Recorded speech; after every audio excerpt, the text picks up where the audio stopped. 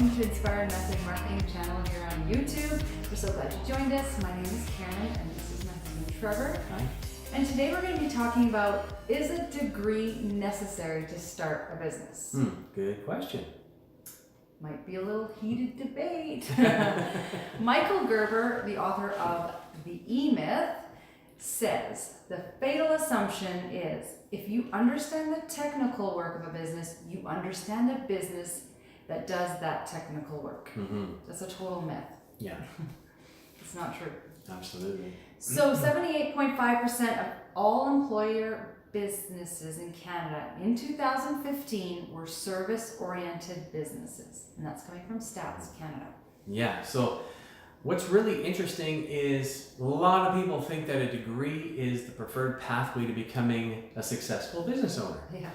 Some, however, are on the other side of the spectrum and are great technicians, but they're absolutely terrible business owners. So how do we make sense of this all? We're going to find out. Well, let's go through some good questions that'll open up our minds. Is it necessary to have a business degree to start a business?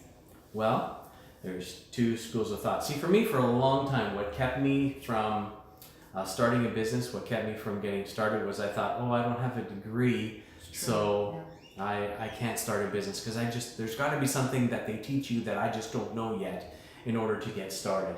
And I always had that limiting belief that because I didn't have a degree, I couldn't, start a business. Yeah. And I don't believe that is true at all, because there's a lot of people who don't have business degrees who started very successful businesses.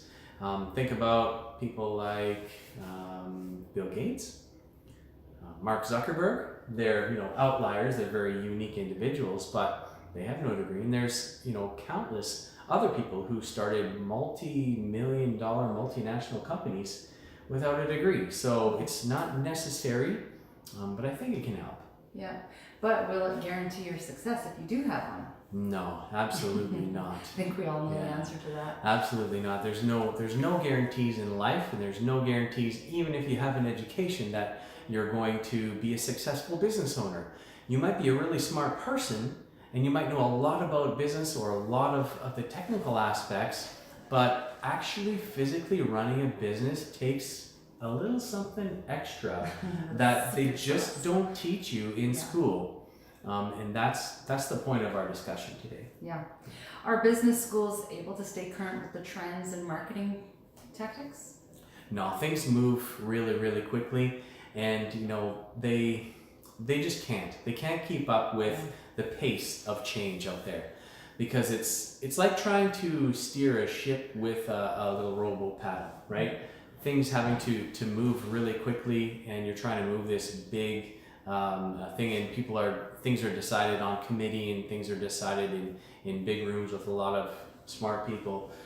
So it's really not possible to stay current with all the latest trends and things that are happening in the marketplace. So it's difficult. Yeah, I was thinking of some of my courses as we were reading that, because I just about finished a marketing diploma. And you're right, some of the courses that are dealing with social media, there's no book with that course. It's all hands-on, right inside social media, because there's no way to stay current. You would not want to be re-editing and updating the editions of those books, because that would make everyone angry. Yeah. So does being a good technician mean I will be a successful business owner? Nope, not at all. Probably not even There's a close. lot of people who go to technical school to become a plumber, mechanic, or otherwise, and they think, I don't want to work for some guy who's making millions of dollars, and I should be the guy on the other side making that money, not them, because I'm doing all the work and I know how to do this. I'm really, really good. Yeah. That's maybe true. You may be a really excellent electrician, plumber, mechanic, what have you, carpenter, but it doesn't give you the skills that are necessary to run a successful small business. It's just the fact of it. You might be, people might be super happy with your work, and you might be able to get into it and really get into the nuts and bolts and create something, amazing.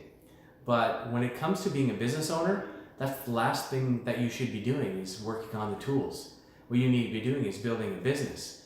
So that means sales, marketing, HR, tax planning. You need to do all those other things, making sure that you've got the right materials, the right place, the right time, scheduling, checklists, all of these other things that are very important to know and learn and incorporate. The last thing you need to be doing is being the technician. Yeah, that's so true. So how important is the sales training to running a business? It's huge. Sales is the lifeblood of any business. Yeah. Without sales, nothing happens. Unless there's an exchange of money between yourself and your client, then you don't have a business. You have a hobby. True. That's oh my gosh, that's so true. That's the biggest difference is until you have a client to take care of and have money in exchange, then you're not accountable to anybody, and you can just continue floating around and chasing shiny objects everywhere. But once you start down that pathway and you've got clients to take care of, then all of a sudden things get serious. Yeah, you can just take those rose-colored glasses right off right now, because it's so true. That's what I was thinking as you said that. Do customers care how good your grades were in college?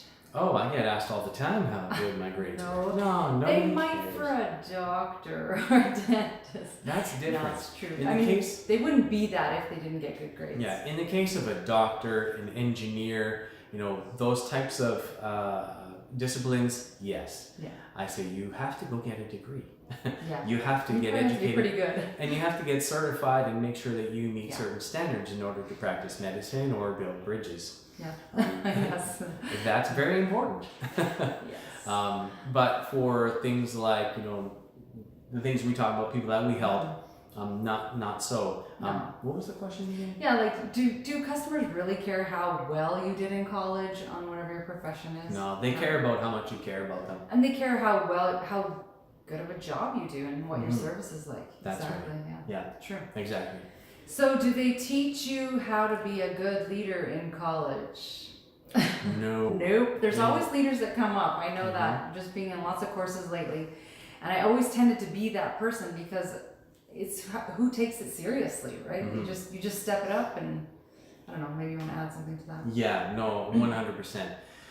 There's people who automatically gravitate towards a leadership role because they just follow that pathway. Yeah. But when it comes to learning how to be a leader, there's only one real good way to learn how to be a leader, and that's to start leading people and taking the reins of something and starting to lead. Yeah. You'll find out real quick how challenging it is and how fun it is, and how much you're challenged on a daily basis, and how much you need to grow as a person to become a really good leader. And it's you really know what? hard. You don't necessarily start out as a leader. When I was in university 25 years ago, I was not a leader at all. I was a follower, but 25 years later, I go to school again and I'm a totally different person. I know lots of life events happen, but it can change, it can grow. You can just become more mature and ready for it. So I just wanted to put that in there because it doesn't always just happen naturally. No. It's just over the course of your life, it can change. So what's a great way to learn how to make schedules, checklists, templates for your business? Well, there's a couple of different paths you can take. You can hire somebody to help you with that. So getting a good CFO on board, or someone who is really great at that, and get them as part of your company. The other one is hiring great business coaches like us, right? You can help us, we can help you. Get started with all of those things and creating those checklists and templates and systems and put them in place for your business. Those are a couple of good places. Another one is if you want to self-educate, there's a million different ways to get educated out there. You can follow people on YouTube, you can read books, and then the other way is to just get started. You start making a list, and then you see where that list needs to change, and you ask other entrepreneurs that you network with and say, hey, what are you doing for your systems, and how did you develop this? Sure. And really getting to know other people in your community that can be willing to help you and mentor you down the road. Yeah, and actually it's kind of like the concept of outsourcing. If you don't have the talent, you can always outsource that until you can learn it and grow. And you don't always have to pay for that. Lots of people are willing to give a lot of information for free, like you said, on YouTube, in different Facebook groups, all sorts of places. You can get a lot of education. and templates and files and stuff. So where can you find a good coach or mentor besides us? Besides us. Well, just a lot of the things that we kind of said already, you know, in networking groups. So whether it's, you know, a local business group or a businessman's lunch group, something like that is a great place. You can look at different forums on Facebook, Chamber of Commerce, different places where you can find people who would be more than willing to help you out. And it might cost you, you know, buying a lunch or two, or maybe a dinner, and just taking them out and asking questions of established business people. People are more than willing to help others out when you are, you know, you humble yourself and you say, hey, you know, I have questions about this. Would you be willing to help me? And, you know, that is a good place to start. And another way to do that, even without asking for the help, is show up to help where you can in those places. Like a Facebook group, maybe you know the answer to something. Just start sharing what you know, and you know what? You'll start stepping up as a leader. You will start getting attention, and people will want to hang around you. They'll want to share what they know with you. So that's another way that I've done it. Yeah. I've gotten some attention that way. So good. No, that's a really good point. Yeah. So thanks for joining us today here on YouTube at Inspired Method Marketing. We're so glad you made it. Subscribe to the channel if you always want to stay up to date with the latest videos, and we will see you on the next one. Bye.